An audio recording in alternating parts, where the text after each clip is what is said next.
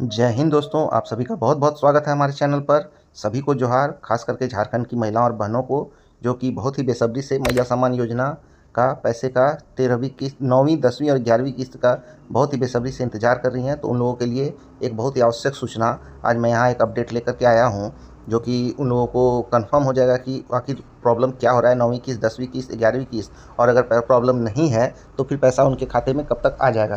तो ये confirm date 13 तारीख तक निकल के आ रहा है कि 16 ज़िले में जो सत्यापन की प्रक्रिया रुकी हुई थी, लगभग 14 लाख महिलाओं का जो सत्यापन किया जा रहा था, तो सत्यापन लगभग पूरा हो चुका है। और पूरा होने के बाद अब इशू उसमें ये है कि सत्यापन के बाद आपका होल्ड पर क्यों रखा गया है। तो इस सब बारे में आज हम लोग बात करेंगे। तो आइए जानते हैं विस्तार से इस योजना के बारे में। तो दोस्तों, मैया सम्मान योजना जो है झारखंड सरकार की महिला सशक्तिकरण योजना है, जिसमें 18 से 50 साल की महिलाओं को हर महीने 2500 देने का वादा किया गया था। लेकिन ग्राउंड लेवल पर कई महिलाएं अभी भी पैसों का इंतजार कर रही हैं। चलिए समझते हैं कि सबको पैसा क्यों नहीं मिल रहा है। तो इसमें पहला कारण जो है, वेरिफिकेशन और अप्रूवल प्रोसेस में दिक्कतें। बेनिफिशियरी महिलाओं के डॉक्यूमेंट की मैनुअल और ऑनलाइन वेरिफिकेशन जो हो रहा है, तो उसमें बहुत सारी दिक्कतें हो रही हैं। और इतनी ज़्यादा महिलाओं की संख्या होने के कारण सही समय पर और सही दिशा में वेरिफिकेशन जा नहीं पा रहा है। उसके बाद सेकेंड जो इशू आ रहा है, बैंक अकाउंट और आधार और एज प्रूफ, रेसिडेंस जैसे डॉक्यूमेंट मैच करने में टाइम लग रहा है। जी हाँ, जो भी कैंडिडेट है उनका बहुत सारा डॉक्यूमेंट जो है मैच किया जा रहा है, जैसे उनसे रिलेटेड बैंक अकाउंट, उनका आधार कार्ड, उनका जो है एज क्या है, नहीं है, क्योंकि 18 से 50 साल तक ही है, और भी रेसिडेंस जैसे यहाँ पर स्थानीय निवासी हैं कि नहीं, इन सारे डॉक्यूमेंट को मैच करने में टाइम लग रहा है। उसके बाद टारगेट बेनिफिशियरी क्राइटेरिया जो है इसमें, यह योजना सभी महिलाओं के लिए नहीं है। देखिए, इलेक्शन से पहले तो कहा गया था सभी के लिए है, पर बाद में इसमें थोड़ा थोड़ा टर्म एंड कंडीशन जोड़ा गया है। तो ये क्या है कि जैसे कि जो अनएम्प्लॉयड है, जो कहीं काम वाम नहीं करती हैं, यानी किसी सरकारी योजना या फिर पीपीएफ उनका नहीं करता है, और वो 18 से 50 साल की अविवाहित, विधवा या तलाकशुदा या गरीब महिलाएं प्रायोरिटी लिस्ट में पहले नंबर पर हैं, अगर कोई इनमें फिट नहीं बैठता है तो उनको पैसा नहीं मिलेगा। तो इस कारण से भी वेरीफाई करने में काफ़ी मुश्किलें हो रही है, जिसके चलते झारखंड सरकार ने सत्यापन करने का फैसला लिया था। उसके बाद जो मेन रीजन इसमें है वह टेक्निकल और बैंक इशू है। बैंक अकाउंट इनएक्टिव, आधार लिंक ना होना, या फिर DBT, direct benefit transfer fail होने की वजह से पैसा नहीं जा रहा है। आप लोगों ने देखा कि पिछली बार जो किस्त मिला था 3 महीने का 7500 मार्च में, तो लगभग 70% महिलाओं को, 30 लाख महिलाओं को तो मार्च में होली में मिल गया। लेकिन कि उसके बाद जो 24 लाख महिलाएं जो बच गई थी, तो उन लोगों को पैसा जो है अप्रैल माह में दिया गया है। तो उस सब में जितना भी था ना, सब बैंक इशू ही था, डायरेक्ट डीबीटी के माध्यम से लिंक नहीं था, जो कि बाद में पैसा सरकार ने दे दिया।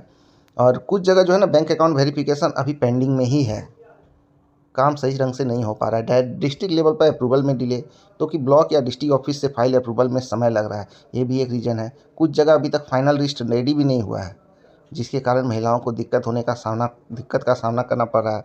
और पॉलिटिकल और बजटरी रीजन तो है ही, बजट के रिलीज में देरी या मॉडल कोड ऑफ कंडक्ट के चलते फंड होल्ड हो सकता है, जिसके चलते क्या होता है ना, 1 महीना 2 महीना बीत जाता है और उसके बाद आधी महिलाओं को दिया जाता है, आधी महिलाओं को छोड़ दिया जाता है, सत्यापन या ये वो बहाना करके।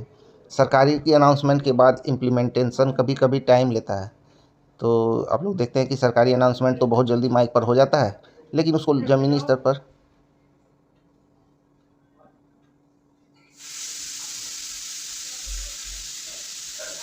लागू होने में कभी कभी टाइम लेता है।